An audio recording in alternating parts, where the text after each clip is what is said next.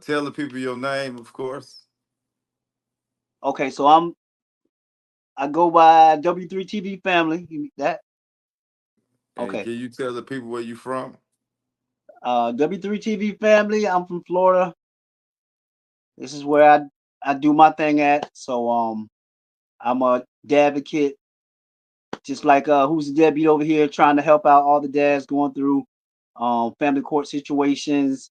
Most again, like they said, I heard earlier, not an attorney, not a therapist, just trying to be there for moral support for dads going through.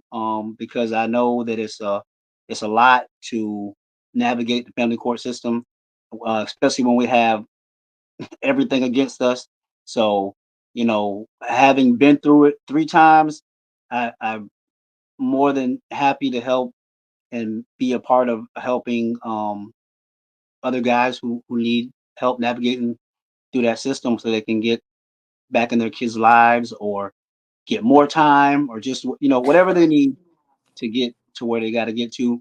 And thank goodness I got in touch with who's the deadbeat, and I roll with them whenever I can find them over here. So that's Same that's here. that's Thank you for yeah, joining us tonight.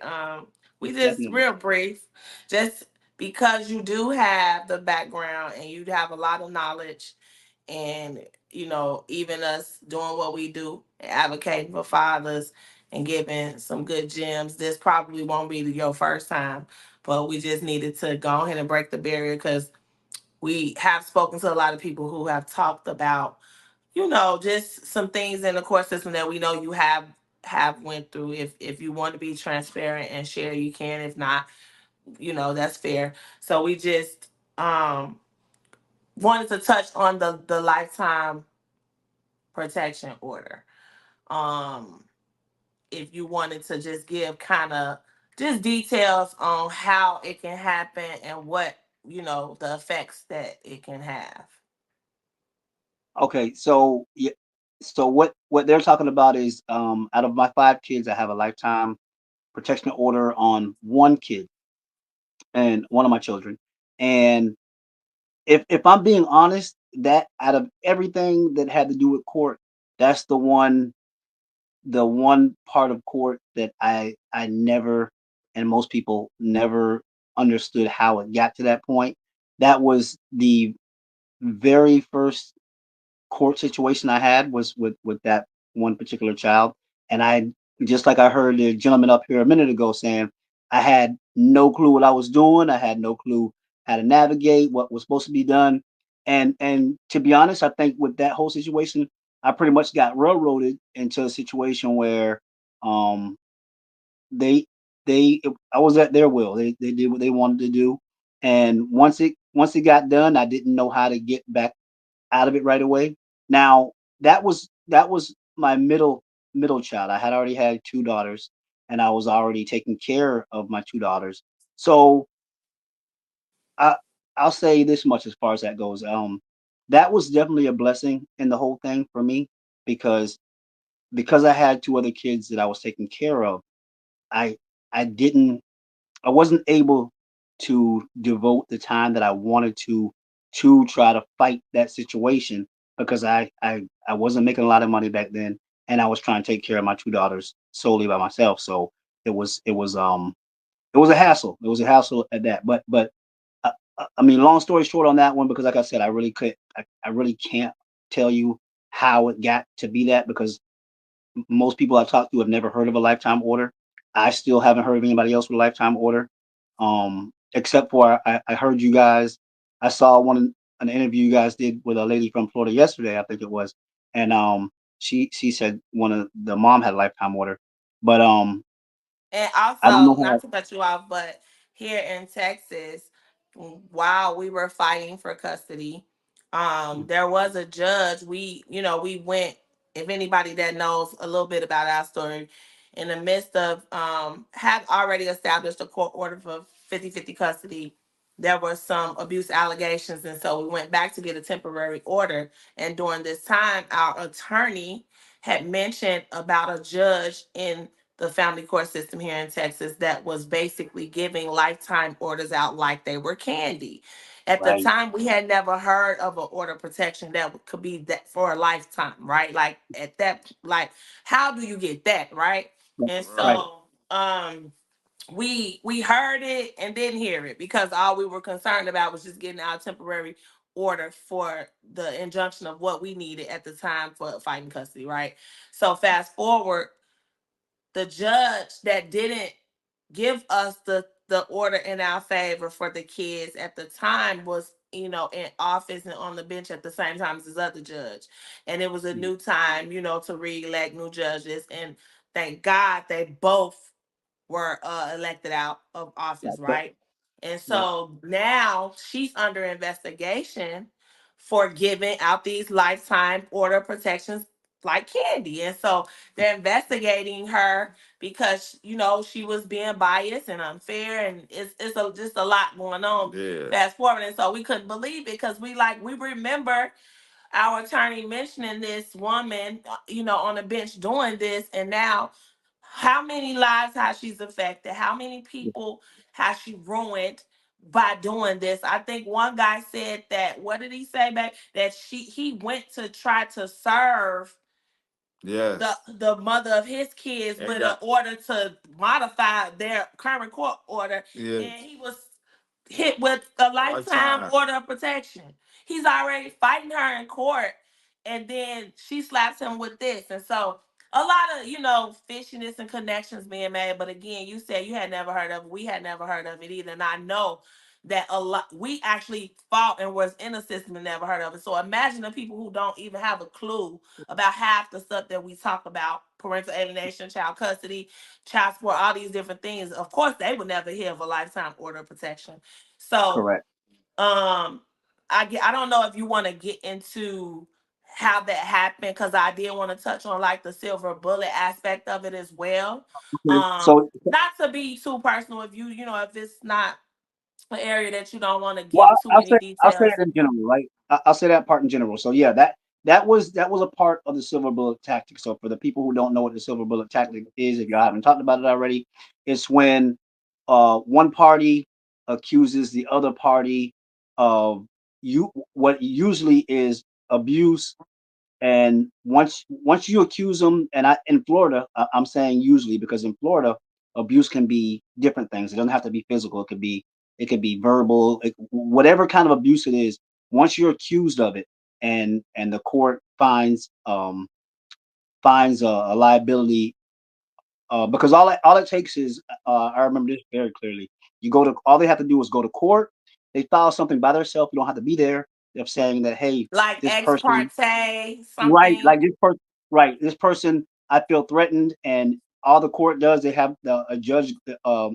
The clerk goes behind, tells the judge signs it. Boom, you're on silver bullet track right there. Because as soon as they sign that, they give that particular person, mom or dad, whoever it is, they give that particular person an injunction where for anywhere from 30 to 90 days, it's them and the child. And once they have their self and the child, and you can't see the child at that point in time, it already starts the wheels rolling. So now you can't see the child. So depending on how old that child is, you're out of the school, and they're starting to set standards, to set precedents of the child being with that particular parent, and you're pretty much messed up right there. But the biggest part that shocked me about the lifetime order with the silver bullet was that's the final part of the silver bullet. Once they get the injunction, the silver bullet is done. That particular parent is on track to be the primary parent, um, custodial of the child. But the part that got me was that when they do these injunctions, as long as there's nothing going on with the child, they leave the child out of it. But this one, for me, they put my daughter in it. And then so for the lifetime that they put in there, it was for both of them. So that blew me away, and they never changed it. And so like you guys said, you didn't hear about it. I never heard about it. It happened, and all the way through, because I fought it for a long time, and it never changed. But the biggest part that opened my eyes to how crazy it was again I already had two daughters. I'm raising two daughters, but you're telling me that I can't be around my other One of daughter, my children, you know, exactly. and right. And I'm like, so Somebody how has do a I have the other daughter? question in the comments. They're asking, is it for cause? Is that correct that they gave you this for cause? Like no, because that's what we're talking about, the silver bullet. It- So explain. She's saying it's justified, right, that you got this lifetime order because Oh, right, you right. You know what? And I was gonna. You're right. Okay, I was gonna get into that again. And I know people don't understand that. The first thing you think when you hear lifetime order is this person was horrible, terrible. They did things. They probably tried to kill somebody, da da da da da, or unalive somebody. I don't know if you can say that on YouTube, but yeah. and no, no, no, no, no, no. It was a regular domestic situation that again that I would have thought the my daughter wouldn't have been involved in, but they put her in there, and when they did it, like I said, the last time that we were in the courtroom, the funniest part was it was me, the mom, and the judge is looking me dead in my eye, and he just said, he told me straight up, oh, you have this lifetime order. And I don't know if it was to bait me. He thought I was going to be some kind of a give him some kind of a reaction after he said that, or whatever the case may be. But again, I didn't know what was going on, and I definitely wasn't going to try to get myself in any more trouble. So he told me that, and I'm just like, yes sir, whatever whatever you say. I don't know what you want me to do. And and I went from there. So to I answer have a that first, question. yeah, go ahead. So okay, so typical order protections have an expiration date, right? Right. So say for instance, your kid, they add the minor children to it for whatever reason. I guess it's on a case by case basis, right? And Mhm. so to me, like when I think of a lifetime order, I feel like this child will not be a minor for her lifetime. So does it expire for her once she becomes an adult? No, or you don't know, or like how does that work? Because that's the part that's confusing to me because she's not gonna be a minor child for a lifetime. I agree, and I don't know the answer to that question. The only thing I tell you is once upon a time, after she turned 18, I believe I got stopped one day, like just for a regular speed, traffic violation or whatever. And I actually just thought about that, and I asked the cop. I said, "Hey, look, because when you have the order of protection, it shows the cops whenever they see you pull your license, it shows them." So I asked them, Yeah. I said, "Hey, can you still see that?" And they was like, and what I didn't know was there certain colors they see or whatever. So it's like, yeah, there's a red, something red showing that you have some kind of injunction or whatever. And I'm like, man, again, I haven't seen mom, I haven't seen my child, and since like 20 years. I'm like, man, they still have it. So obviously it didn't fall off. It's still there. But the best that I had tried to do, which I didn't tell you that part of the story, but what I can put that in there real quick, is that there was still a path, right, when it first happened. There was still a path. So when you go through the silver bullet, this is what happens. Once they do the injunction, they do set some kind of what's the word? They give you a course that you can get back into to something. So here's what happened. That was a problem with mine. She was 3 months old, so I got to see her once a week at a court facility, um for like an hour, and this was the stipulation. Once I got to go there, she by the time I got to go there, she didn't know me anymore. She was 3 months old, so they said, "Hey, if you go in here, you can hold her, you can play with the toys with her, whatever the case may be. But if she starts crying for over a minute, we stop the visit and you go." She's a baby. She didn't know me Oh my anymore. God. They Are you gave her to serious? me. Yeah, they gave her to me. She cried. 1 minute hit. All right, It was visitation's over. over, and we got to go. They did it twice, and they said after two times we can't do it anymore. So after the second For a time, three no more. month old? Yep, exactly. No more visitation.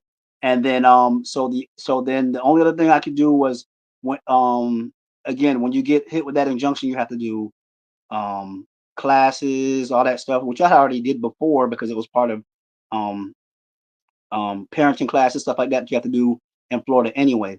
And so I did all that, and then I tried to set up visitation, and that was the last part that happened because they tried to give me some visitation. I think maybe a year or two out, Was it and supervised visitation?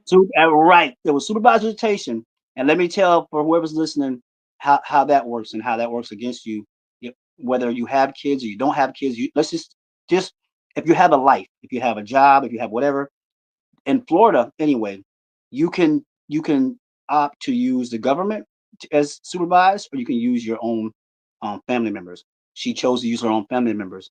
She knew my work schedule, and she knew that I had the other kids and what time they had to be picked up and all that stuff. So what she did was every time it was time for me to try and visit, she would do it at a time that I was either working or that I had to pick up my other kids and from school and whatever the case may be.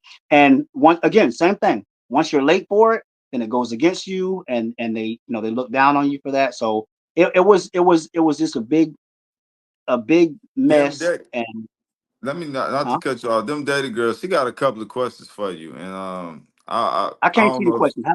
I don't know How if do I she see really it? understand. I'm gonna post it on here. I don't That's know if my you can brother. see it. That's my brother. That's my brother. Oh, okay. So she said it has to be alleged, not a charge. So I don't know what that meant. And then she said you have to get a lawyer. And I know you answered this earlier, saying that you have to stop fighting. So I guess my question to you is, why, if you did wanted to fight this, what were some of the things that you had to do? Because you made the decision not to fight because it was going to affect the rest of your family, right? Correct. Correct. Correct. Correct. So if So you did wanted to fight, what would be, how would you fight this? you'd have to go and petition the court to stop the injunction. Number one, and then if I remember correctly, once you do that, she gets notice, and then she gets to decide whether she wants to try to fight it to keep the injunction on, or whether she wants to agree with it or whatnot. So once you get past that part, then you know, I don't I can't really tell you because she have to either agree with it or fight to keep it on. So I don't know what happens if she says, "Hey, I want to keep it on," and you have to And prove then that Yeah, there's you reason. you guys will proceed with the trial or whatever the hearing, right? And so Right, to get a lawyer, we even our own attorney let us know that these lifetime orders are very tedious, very expensive, right? So you can't fight it alone. Like I right. think that's what she's trying to and say. did you have a But lawyer? I did not for that one. Again, that was the first time I'd been to court. So for that particular one, I did not have a lawyer. But when it came to the other kids, I got legal aid. That's definitely something that I hope that everybody can take with them. Whoever's listening is that I try to let everybody know. A lot of guys think that guys cannot use the government. They can't get legal aid. They can't get help. You can get help. I don't know about every state, but in Florida, you can use legal aid. I didn't have the money then, and I opted I filed for legal aid. They gave me a lawyer, and she turned out to be a blessing in disguise. She so with the two girls, my two daughters, eventually their mom started stuff, and we had to go to court for them, and that's when I got the lawyer. And the lawyer not only fought for me with my two girls, and then I got 50-50 custody with them. But when I got done, I didn't tell her about my my other case with my sons, and she said, "Oh, you didn't tell me about this case, but I can fight this case for you too." And I was like, "Yeah," and she was like, "Yeah, I can do it for you too." And this was all for free, so I didn't pay any money. And she fought both cases and got me 50-50 custody for both cases. So I was overjoyed. Yes, it was a hard road. It was a hurtful road with my one daughter. But again, I think if there's any takeaway for anybody listening who has more than one kid for this whole thing, is that having to be a a parent nonstop when you have other kids you have to be a rock for, it actually made it that much easier because again, I could have let, like I heard the gentleman earlier, I could have let myself go into depression and break down and whatnot, and then hurt everybody. But I realized, no, I have other kids that I have to take care of. So, I hate that it came down to that, but I had to make sure my other girls were taken care of in the meanwhile. And I don't know if Spoken Truth is still on here, but he made a post one time and he said it probably perfectly the way I would say it to everybody else. And he said, I'm gonna try to use the exact words he said, but he said that if you have more than one kid and one of the moms decides to give you a difficult time and you pull back from that particular kid and get out of the life, well, you really shouldn't have that much weight on your shoulders, because when that kid gets older and they see that you took care of all the other kids from any other mom that they have, they're gonna have to look and wonder, well, why didn't he take care of me? And it's going to become pretty obvious that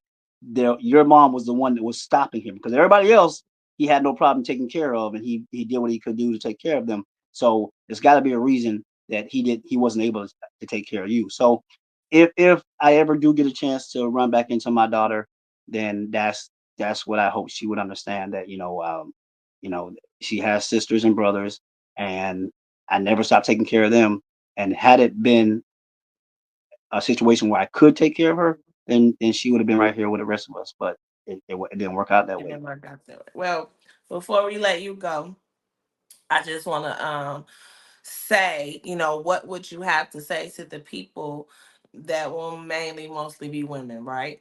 That you seem like an unlucky guy. Like, why are these more than one woman giving you such a hard time with their children? Like, what, why do you think that is? Is that just bad luck, or, because they always say pick better, choose better. Of course, no one knows that somebody's going to decide one given day, hey, I don't want my child with you. But just given this short period of time that you gave a background about uh domestic violence and a lifetime order, people will judge you, of course, and tend to think that you're violent, and they kept their kids away from you for protection and this and that. What do you have to say in regards to that? Well, for me myself, hey, my kids are 25, 24, uh, 17, about to be 16. I mean, my kids are grown. I got, like you guys know, my daughter was a Marine. I mean, I've raised them. I did what I had to do. So, but yeah, you know what? That's a good question, because what I will say is, to any father, mother, whoever the case may be, don't be bogged down by what other people think, because you are gonna, at the end of the day, your kids are the only people that you need to worry about being a stand-up person for. Because like you just said, people are gonna make their own assumptions. People are gonna, uh slander you, they're gonna talk about you. But I've always took everything and use everything as lessons. So for my kids, I want them, and I've always wanted them to understand that there's nobody that can, you know, make your life go in any direction other than yourself. So, I've never took heart to people talking bad or talking down or whatever the case may be. But more than anything else, I've been blessed because people already see. If forget the women, if you see me, you see my kids, and you see what I do for my kids. So once you see that I'm, what I do with my kids, for my kids, and whatnot, then you realize that that's what I'm all about. And then last, my two boys, yeah, we got, me and their mom got divorced. We went through that. I got 50-50 custody, but we got back together, and we've been together for 20 years. So I mean, I've been so I've been with her ever since. So it doesn't matter what anybody says. You guys should, especially the dads. You got kids. Things happen. Get out there, fight for your kids, follow through, get an attorney, because this court is crazy and you will lose your way real fast. And more importantly than that, court takes time. If you mess up one order doing stuff pro se, you're gonna have a lot more time that you have to wait to fight back again. So I mean, that's Good that's advice. basically, yeah. Thank you so much for that. Let the people know where they can follow your handle, whether it's TikTok, IG, because you drop a lot of good gems and even some funny stuff. W3 got some good content um in regards to this. So yeah, let them know where they can follow you and stuff. All right, so W3 TV family on every handle. I think it's W3 TV 2 on TikTok, WTV W3 TV family 3 on Instagram. Um, and yep, I make all kinds of content for um, guys and just responsible parents going through family court. And other than that, I follow Who's the Deadbeat wherever they're at. I usually try to be at, whether it's going to be on YouTube now or TikTok. Wednesday nights at 9 o'clock. You probably find me in the comments or up there with them, one way or the other. Yep, they're gonna see a lot of you. Yep. Thank you, brother. Thank I you so All right, much. appreciate you, anytime, man, y'all. for